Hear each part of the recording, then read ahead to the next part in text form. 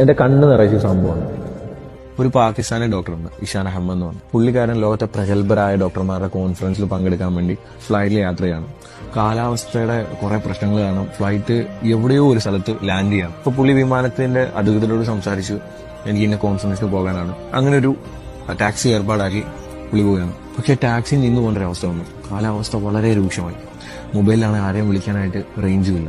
അങ്ങനെ തൊട്ടടുത്തൊരു കൂര ഉണ്ട്. പുള്ളി കൂര എടുത്ത് പോയപ്പോൾ ഒരു ഉമ്മ നമസ്കരിക്കുകയാണ്. ഉമ്മയുടെ തൊട്ടടുത്തൊരു മോനും കിടപ്പുണ്ട്. നമസ്കാരത്തിന് ശേഷം ഷനഹമ്മദ് ചോദിച്ചു, തനിക്ക് കുറച്ച് കുടിക്കാൻ വെള്ളം വേണം. വെള്ളം കുടിച്ചതിന് ശേഷം അദ്ദേഹം ചോദിക്കുകയാണ്, ഉമ്മ ഈ കിടക്കുന്ന ആരാണ്? പറയാണ്, ഇതെന്റെ പേരക്കുട്ടിയാണ്. ഇവന്റെ ഉമ്മയും പാപ്പയും ഒരു അപകടത്തിൽപ്പെട്ട് മരിച്ചുപോയി. ഇവനൊരു മാറാ രോഗം പിടിപെട്ട് ഇവനെ ഞാൻ എല്ലായിടത്തും കൊണ്ട് ചികിത്സിച്ചു. നിറയെ പൈസ, എന്റെ കയ്യിലുള്ള പൈസ മുഴുവനും ഞാൻ ചെലവാക്കി. പക്ഷെ ഇവന്റെ രോഗം മാറുന്നില്ല. കൊണ്ടുപോകാൻ പറ്റുന്നിടത്തെല്ലാം കൊണ്ടുപോയി, രോഗം മാറുന്നില്ല. അപ്പൊ നാട്ടുകാർ പറയുന്നുണ്ട്, തെക്കൻ പാകിസ്ഥാനിലെ ഡോക്ടറുണ്ട്, പ്രഗത്ഭനായ ഒരു ഡോക്ടറുണ്ട്, ചിലപ്പോൾ അദ്ദേഹത്തെ കണ്ടാൽ ഇവന്റെ രോഗം മാറിയേക്കാം.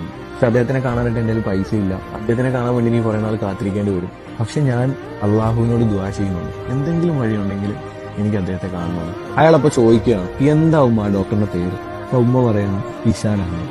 അയാൾ അവിടെ ഇരുന്ന് പൊട്ടിക്കരയാണ്. ഉമ്മ ചോദിക്കുന്നുണ്ട്, എന്താ മോനെ പൊട്ടിക്കരയുന്നു? ഉമ്മ, നിങ്ങൾ അന്വേഷിക്കുന്ന ഇഷാൻ അഹമ്മദ് ഞാൻ തന്നെയാണ്. എവിടെയോ എത്തേണ്ട എന്നെ നിങ്ങളുടെ പ്രാർത്ഥനയാണ് ഈ നാട്ടിലെ ഈ കൂരയിലെത്തിച്ചത്. ചില പ്രാർത്ഥനകൾ അങ്ങനെയാണ്.